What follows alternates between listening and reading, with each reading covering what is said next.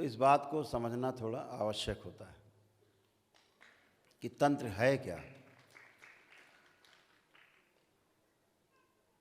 पहली बार इस देश में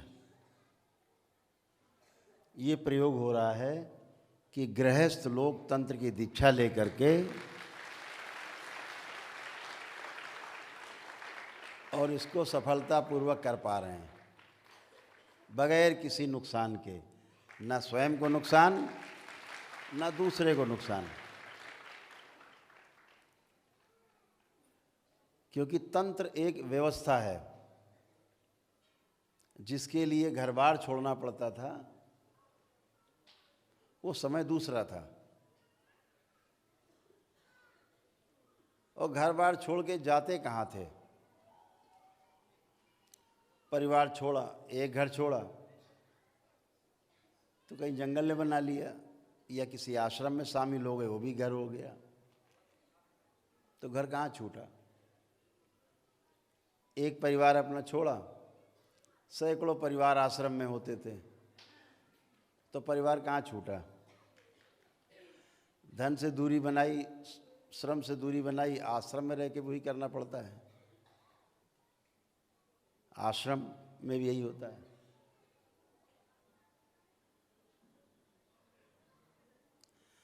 तो कहीं कुछ छूटता नहीं है। एक गेस्टाल्ट है जो परिवर्तित हो जाता है, एक दिशा मिलती है, समूह के साथ काम करने में आपको गति मिलती है।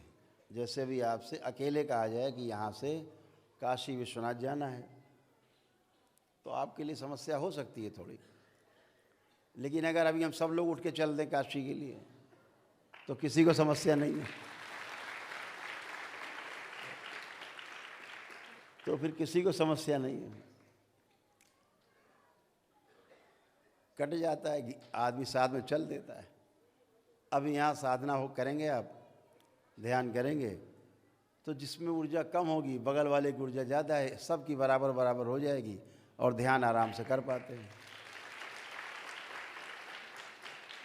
इसीलिए भंडारे में कोई भूखा नहीं रहता, सबको मिलता है, सामूहिक होता है।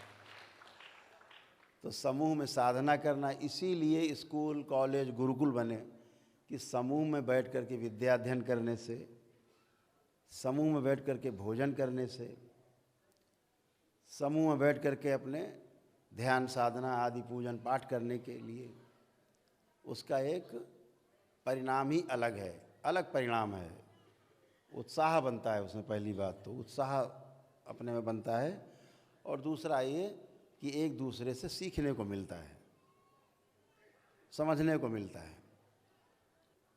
तो तंत्र की हम बात आपसे कर रहे थे। तंत्र में सिर्फ अनुभव है। तंत्र एक व्यवस्था है, प्राकृतिक व्यवस्था है। भगवान शिव ने जो अनुसंधान किए, जो अनुसंधान करके हमको दिया, उस पर हम लोग शोध करते हैं। तंत्र पर अनुसंधान तो भगवान शिव के द्वारा हो चुका, बचा ही नहीं। अब तो शोध है। हम लोग भी जो कर रहे हैं वो सब शोध है, क्योंकि भगवान शिव तो सब करके दे चुके, सप्त ऋषियों को सब दे चुके, और कहा कि हम तो तुमको अनुसंधान दे रहे हैं, अब शोध करते रहना आगे।